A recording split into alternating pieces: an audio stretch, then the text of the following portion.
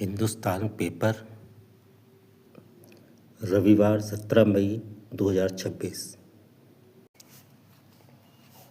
शशि शेखर का पहला लेख, हमारी राष्ट्रीय चेतना को क्या हुआ। आज़ादी को कभी हल्के में नहीं लिया जा सकता। इसके लिए सतत जागरूकता, शक्ति और संयम की आवश्यकता होती है। आप चाहे किसी भी धर्म, दल या समूह से हों, मैं आप सबको इस महान संघर्ष की भागीदारी के लिए आमंत्रित करता हूं, जो हम पर थोपा गया है। मुझे अपनी जनता पर, अपने इस उद्देश्य और अपने देश के भविष्य पर पूरा भरोसा है। जवाहरलाल नेहरू का यह भाषण 22 अक्टूबर सन 1962 को आकाशवाणी से प्रसारित हुआ था। उस समय भारत चीन के आक्रमण से आक्रांत था और उत्तरी सीमा पर जूझ रही हमारी सेना को तमाम कठिनाइयों का सामना करना पड़ रहा था। संयम और राष्ट्रीय संपदा में जन योगदान के इस आह्वान को जबरदस्त जन समर्थन हासिल हुआ था। मसलन उन दिनों तमिलनाडु में चल रहा अलगाववादी आंदोलन थम गया था। राजस्थान के एक गांव के सभी परिवारों ने अपने बेटों को फौज में भेजने का संकल्प लिया था। हड़तालें और आंदोलन स्थगित कर दिए गए थे। समूचे देश की महिलाएं गुल्लकों, कनस्तरों और संदूकों की तहों में बचाकर रखे गए अपने पैसे से ऊन खरीद रही थीं, ताकि वे सैनिकों के लिए स्वेटर बुन सकें। मेरी माँ भी उनमें से एक थी। वह अपने 2 अवैध बच्चों को गोद में लिए दिन रात स्वेटर बुनती रहती थीं। तमाम गृहिणियों ने अपने मंगलसूत्र तक सरकारी कोष में जमा कर दिए थे, ताकि फौज के लिए साजो सामान खरीदा जा सके। दानदाताओं में पंडित नेहरू जी एकमात्र संतान इंदिरा गांधी भी थीं।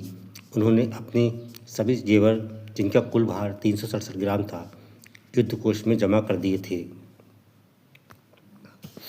कश्मीर से कन्याकुमारी तक ऐसी लाखों महिलाएं थीं। वे दिन कितने अलग थे। सिर्फ 3 बरस बाद भारत एक और कठिन इम्तिहान से रूबरू था। सन 1965 में अमेरिकी राष्ट्रपति लिंडन बी जॉनसन ने हमें गेहूं देने में आनाकानी की थी। मजबूरी में देश के दूसरे प्रधानमंत्री लाल बहादुर शास्त्री ने अपील की थी कि देशवासी सप्ताह में एक वक्त उपवास करें, ताकि अन्न बचाया जा सके। मैं तब स्कूल की प्राथमिक कक्षा में दाखिला ले चुका था। मुझे याद है कि सिर्फ हम बच्चों के लिए मंगलवार की शाम रोटी और साधारण सी सब्जी बना करती थी। माता पिता और वृद्ध पितामह व्रत पर रहते थे। वह उस उपवास को हनुमान जी की कृपा कहा करते थे। हमें उस अति सादे भोजन के साथ प्रायः हर रोज़ पिता का भारी भरकम उपदेश हासिल होता कि ईश्वर को धन्यवाद दो, तुम्हें भोजन मिल रहा है। इस समय देश में हजारों लोग भूखे सो रहे होंगे। ऐसी मुहिम राष्ट्रीय एकता की रवायत ही नहीं रचती, कुछ सामाजिक संस्कार भी रचती है। हम तीनों भाई बहन दशकों बीत जाने के बावजूद आज किसी भी वीआईपी का दस्तरखान हो या घर की डाइनिंग टेबल, पहले कौर को मुंह में डालने से पहले माथे से लगाते हैं। आज अब समूची दुनिया पश्चिम एशिया के हालात से त्रस्त है। तब 1973 के वे दुखियारे दिन फिर याद आ गए। उस समय अमेरिका और अरब देशों में ठंड गई थी, ईंधन की आपूर्ति लड़खड़ा गई थी और ऊर्जा के लाले पड़ गए थे। आर्थिक खुदमुख्तारी के लिए संघर्ष भारत के वे खास से दुरूह दिन थे। इंदिरा गांधी ने मजबूरी में पेट्रोल की कीमत ₹1.60 प्रति लीटर से बढ़ाकर ₹2.75 कर दी थी। इसी साल केंद्र सरकार ने जो बजट पेश किया था, उसे आज तक ब्लैक बजट कहा जाता है। देश को 505 करोड़ रुपए का अभूतपूर्व घाटा हुआ था। पाकिस्तान से युद्ध, बांग्लादेश से आए शरणार्थी, 1972 से 1973 के सूखे और रक्षा बजट में बेतहाशा बढ़ोतरी ने सरकार के साथ आम आदमी की कमर तोड़ दी थी। क्या संयोग है, मौसम विभाग ने इस वर्ष देश में कम वर्षा की आशंका जताई है और खाड़ी के हालात ने तेल की कीमतों को अभूतपूर्व दर पर पहुंचा दिया है।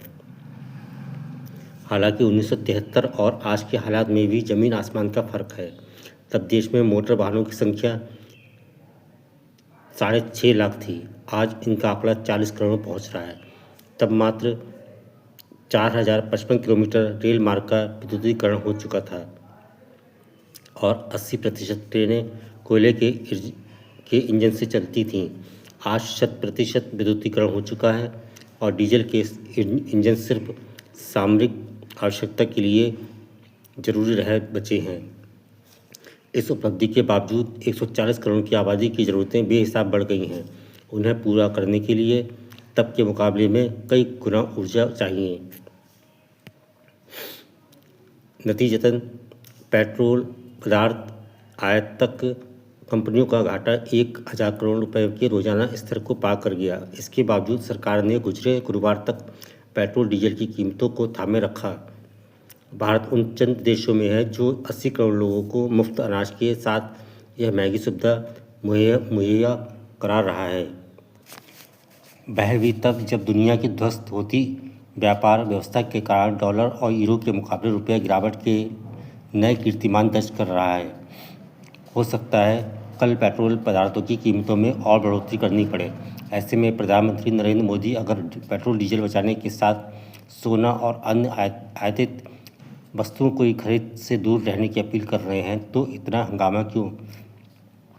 वह भी तब जब प्रधानमंत्री सहित तमाम अन्य विशिष्ट व्यक्तियों ने अपने सुरक्षा दस्ते और अन्य खर्चों में कटौती कर दी है। मैं यहाँ राजनीति और राजनीतिज्ञों पर अपना समय बर्बाद नहीं करना चाहता। उनके सुर समय और आवश्यकता के हिसाब से बदलते रहते हैं। सन 1962 में जब हमारा देश चीनी हमले के चलते अभूतपूर्व संकट से गुजर रहा था, तब अटल बिहारी वाजपेयी लोकसभा में प्रधानमंत्री नेहरू की नीतियों की बखिया उधेड़ रहे थे। बाद में शायद उन्होंने इस पर पुनर्विचार किया और इसलिए उस सन 1971 की जंग के दौरान प्रधानमंत्री इंदिरा गांधी जी को दुर्गा की उपाधि से नवाजा गया। कोई आश्चर्य नहीं, वही वाजपेयी बाद में प्रधानमंत्री बने।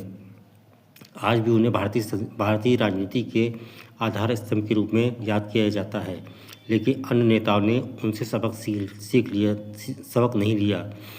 सन 1962, सन 1965 और सन 1971 के युद्धकाल में कांग्रेसी सत्ता पर आक्रमण करने वाले आज सत्ता में हैं और कांग्रेस विपक्ष में। आज उसके नेता भाजपा पर हमलावर हैं। राजनीति की यह डगर कंटौली और उदास करने वाली हमारे राजनीतिक सुविधा अनुसार चोले कैसे बदल देते हैं। दुर्भाग्यवश देशवासियों में इससे विरक्ति पैदा हो रही है। साल 1999 में जब कारगिल की लड़ाई के लिए फौजें कूच कर रही थीं, तब रेलवे स्टेशनों पर सैनिकों के लिए टिफिन लेकर भारत माता के जयकार लगाते हुए लोग जत्थे नदारद थे। सन 1962 से सन 1971 तक यही लोग सैनिकों को ट्रेन आते ही जयकारों से वातावरण गुंजा देते थे। ऑपरेशन सिंदूर के दौरान भी जिस तरह से की परस्पर विरोधी बयानबाजी हुई, वह मुझे किसी चेतावनी से कम नहीं लगी। क्या हमारी राष्ट्र भावना और सामूहिक समाज चेतना कुंद हो गई है? कहाँ है हमारा देश राग? अगला लेख है चंद्रकांत सिंह का। बुधरी ताती समाज सेविका। बस्तर की बड़ी दीदी को अब पूरा मुल्क जानता है। अक्सर हम लोगों को संसाधनों की कमी का रोते या क्या किसी भी अभाव के लिए तपाक से सरकार को और तंत्र को कोसते हुए देखते सुनते हैं, मगर हमारे बीच कुछ ऐसे लोग भी हैं जिनकी दिलचस्पी शिकायतों में नहीं, नई शुरुआत करने में हो रही है। यही वे लोग हैं जो देश समाज में बदलाव लाते हैं, वरना नक्सलियों के आतंक से थर काँपते भीड़ों में भला कौन आदिवासियों के उत्थान के बारे में सोचता। बुधरी ताती पिछले 40 वर्षों से बस्तर के लोगों की ज़िंदगी संवारने में जुटी हैं। पिछले दिनों जब केंद्र सरकार ने उन्हें पद्मश्री से नवाजा, तब देश ने उनको और उनके सराहनीय काम को जाना। आज से करीब 60 साल पहले दंतेवाड़ा जिले के हीरानार गांव में बुधरी ताती पैदा हुई। गरीब किसान परिवार था। इसलिए 8-9 साल की उम्र से ही उन्हें माँ के साथ काम करना पड़ा। उस वक्त पूरा गांव ही जैसे गरीबी, अशिक्षा, अभाव और नशाखोरी की गिरफ्त में था। अलबत्ता बुधरी ताती का परिवार गुमरगुंडा स्थित दिव्य जीवन संघ से जुड़ा था। वे लोग अक्सर वहां जाते और सेवा करते थे। नंगे पांव आश्रम तक की वह आध्यात्मिक यात्रा नन्ही बुधरी ताती को बहुत रोमांचित करती थी। आश्रम के शांत माहौल में दूसरों की सेवा करते हुए अप्रीतम सुख मिलता था।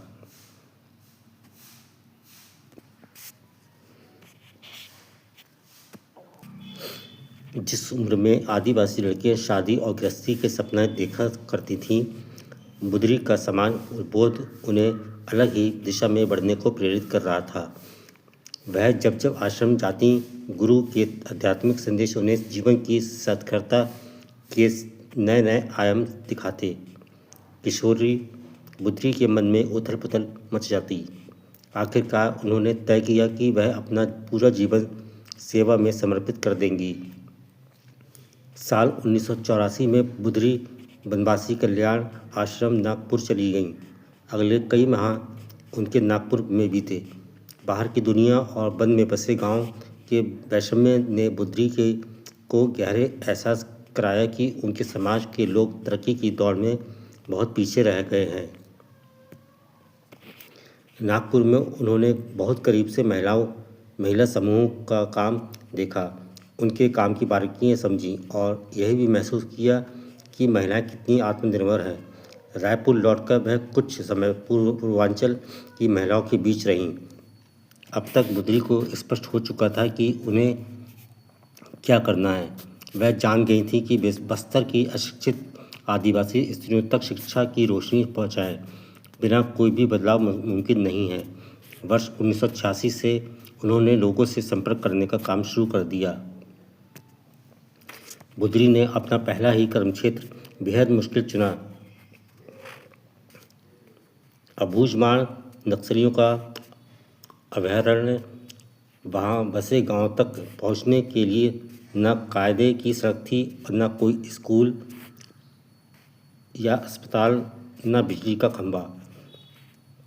बुधरी ने जब गांव का दौरा शुरू किया तो जल्द ही उन्हें यह एहसास हो गया कि अबूझमाड़ की भूल भुलैया से स्थानीय लोगों की मदद के बगैर पार नहीं किया जा सकता। उन्होंने कुछ लोगों को अपने साथ जोड़ा और करीब 1 साल तक वह पैदल ही गांव-गांव भटकती रहीं। भोले भाले आदिवासी किसी तब्दीली को राजी न थे। अपने समाज की बेटी को देखने के बावजूद आदिवासी स्त्रियां बुधरी के सामने आने से कतराती थीं। फिर भी उन्होंने इलाके के 500 से अधिक आदिवासी गांव से संपर्क साधा। इस दौरान बुधरी अच्छी तरह समझ गई थी कि अबूझमाड़ की आदिवासी महिलाओं को उनकी परिस्थितियों के अनुकूल काम सीखने के लिए प्रेरित करना होगा।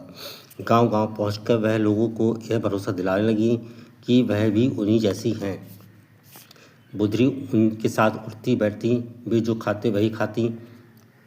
कई बार सर्दियों में किसी परिवार के पास ओढ़ने के कंबल न होता तो बुधरी भी पूरी रात उनके साथ अलाव के पास बैठे बैठे गुजार देती। फिर उन्होंने जगदलपुर में भनपुरी इलाके में किराए पर के मकान में एक छात्रावास की शुरुआत की। वह गांव से 15 से 35 साल की महिलाओं को वहां लेकर आती। उन्हें वहां अक्षर ज्ञान के साथ साथ सिलाई बुनाई आदि का प्रशिक्षण दिया जाता था। कम उम्र की लड़कियों को सिखाने में तो ज़्यादा मेहनत नहीं लगती, मगर 30-35 साल की महिलाओं का प्रशिक्षण बुधरी की धीरज को खूब परीक्षण लेता। बहरहाल आहिस्ता आहिस्ता उनके धैर्य और परिश्रम ने रंग दिखाना शुरू कर दिया। यह उनकी धीरज का ही कमाल था कि जिन सैकड़ों आदिवासी स्त्रियों ने कभी स्कूल का मुंह नहीं देखा था, उनमें से लगभग 500 ने 7वीं से 10वीं तक की औपचारिक शिक्षा हासिल की। इन्हीं के बीच से उन्होंने करीब 150 महिलाओं की एक पूर्णकालिक टीम तैयार की, जो आज उनके साथ काम कर रही है।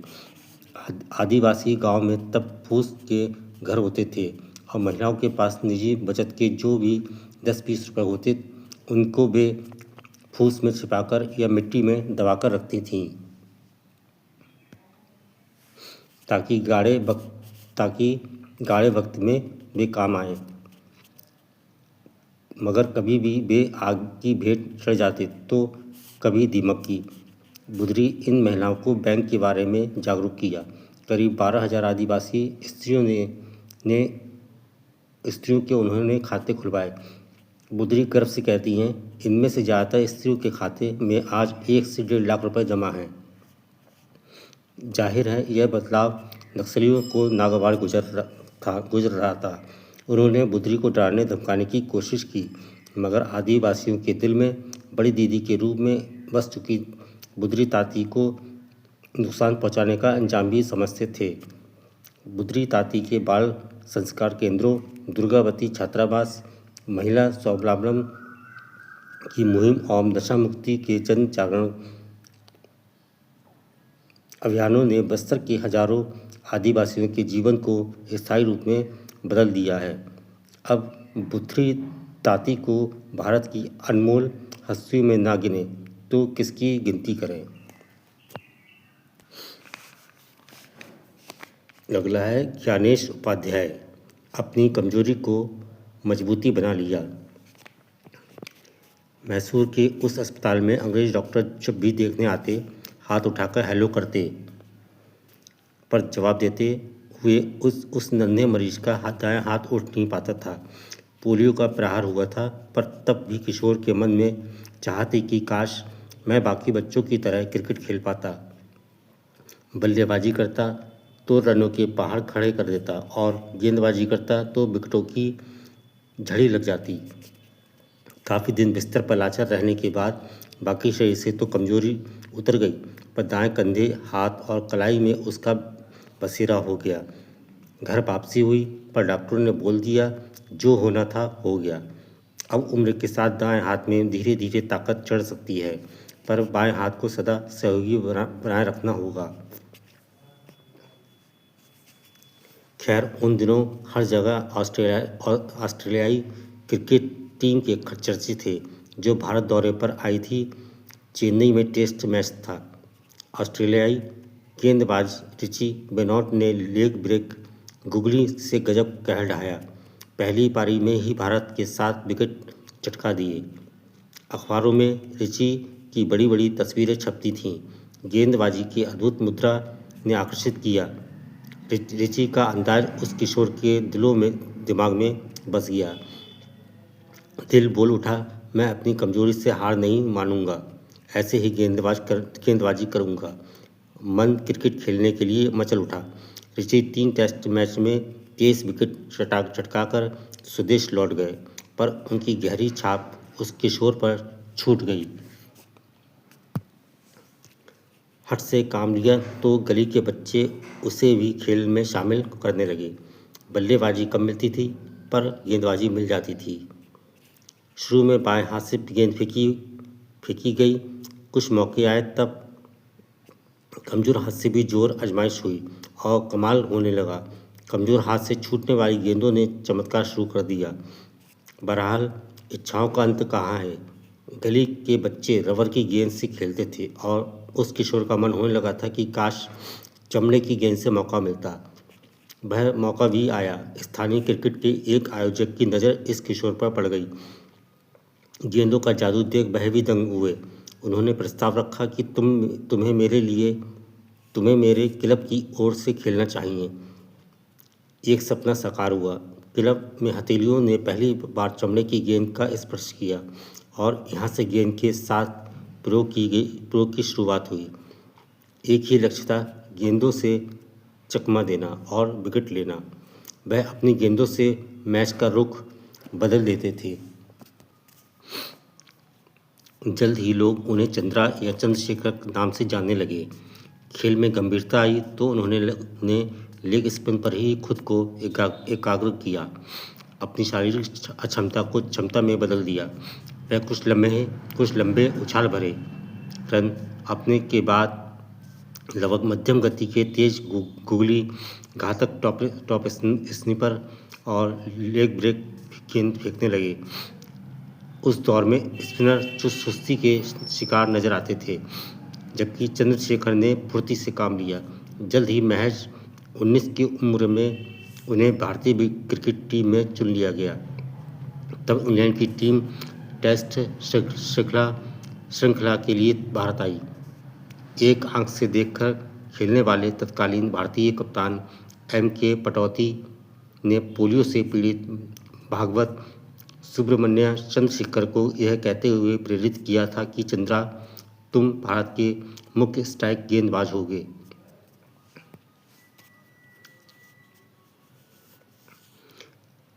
चंद्रशेखर ने निराश नहीं किया। पहले टेस्ट की पहली ही पारी में 4 विकेट चटकाकर एक शानदार करियर का आगाज हुआ। कुछ साल खेलते बीते थे कि किस्मत ने फिर उन्हें बिस्तर पर ला पटका। वह दोपहिया वाहन दुर्घटना के शिकार हो गए, पर वह हिम्मत हारने को तैयार नहीं हुए। वह लगभग 4 साल बाद विशेष जूते पहनकर विश्व क्रिकेट में लौटे और अपने कीर्तिमानों की एक नई शुरुआत की। भारतीय भूमि तो स्पिनर या फिरकी गेंदबाजों से संपन्न रही, पर चंद्रशेखर जितनी खतरनाक गेंद फेंक सकते थे उतना कोई और नहीं। उनकी ही फिरकी से भारत को साल 1971 में इंग्लैंड में पहली टेस्ट व पहली सीरीज जीत हासिल हुई। कोड़े मारने जैसी उनकी फुर्ती ने साल 1978 में ऑस्ट्रेलिया को धरती पर भारत की पहली बार जीत का स्वाद चखाया। खिलाड़ी तो बहुत आएंगे, पर 17 मई 1945 को जन्मे चंद्रशेखर को कभी भुलाया नहीं जा सकता। वह भारतीय फिरकी के पितामह की तरह हैं। उनके होने से ही भारतीय क्रिकेट में अनिल कुंबले और रविचंद्रन अश्विनी जैसे महान गेंदबाज संभव हुए। वैसे खुद चंद्रशेखर ऑस्ट्रेलियाई खिलाड़ी रिची बेनॉट को श्रेय देना कभी नहीं भूलते। सब कहते हैं कमजोरी को मजबूरी बनाना हो तो भागवत एस चंद्रशेखर से सीखो, और खुद उनका कहना है, मेरे पास सिर्फ पोलियो से प्रभावित एक हाथ था जो आज भी कमज़ोर है, लेकिन मैंने किसी न किसी तरह इसका इस्तेमाल कर लिया। आज के सारे लेख कंप्लीट।